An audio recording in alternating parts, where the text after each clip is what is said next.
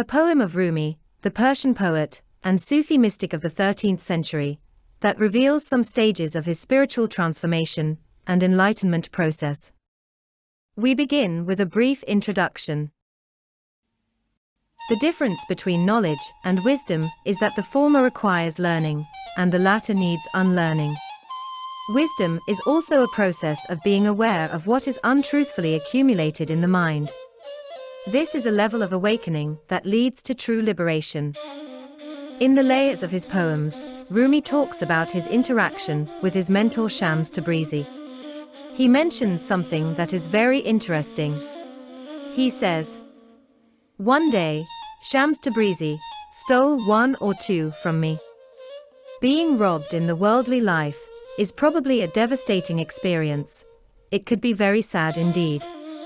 However, for Rumi, the very act of his master stealing from his disciple was not a loss at all. It was nothing but grace and blessings."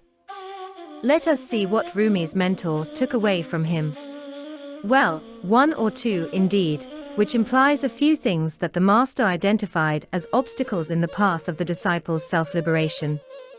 These could have been the worldly attachments, social identifications, social status and power, ego, pride, craving and longing, never-ending desires, and fear of losing them. Rumi was a well-known teacher, with many students and followers. He acquired a load of knowledge in theology and religious studies through years of hard work. But now, he was expected to detach himself from everything and everyone and become completely selfless. All these taken away from Rumi were the layers of illusions and personality, which are accumulated during a lifetime of interaction with the environment and society. These mental layers are veiling the true and peaceful nature of man and covering his pure essence. A heavy load indeed was taken off Rumi's shoulders, and he is lighter now. He is awakened, and he is on his way to enlightenment and liberation. He is reborn again, like a little child, without a mask of personality. In fact, personality has its root in the Latin word of persona, meaning mask. It was a mask used by the players of theatres in ancient Greece to cover their true identity, to give them a role to play as. Rumi himself regards his awakening by Shams as entering a new birth, beginning a new life, and becoming a new person.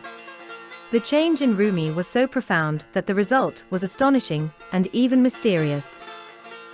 A pious man amazingly turns into a poet, and now poems begin flowing from him just like water flows so freely from a waterfall. These poems carry a sea of meanings, wisdom and love. As Rumi puts it in his poetry, apparently, he is talking about Shams' significance in his spiritual transformation. Here is how he often reveals these types of conversations between him and his master.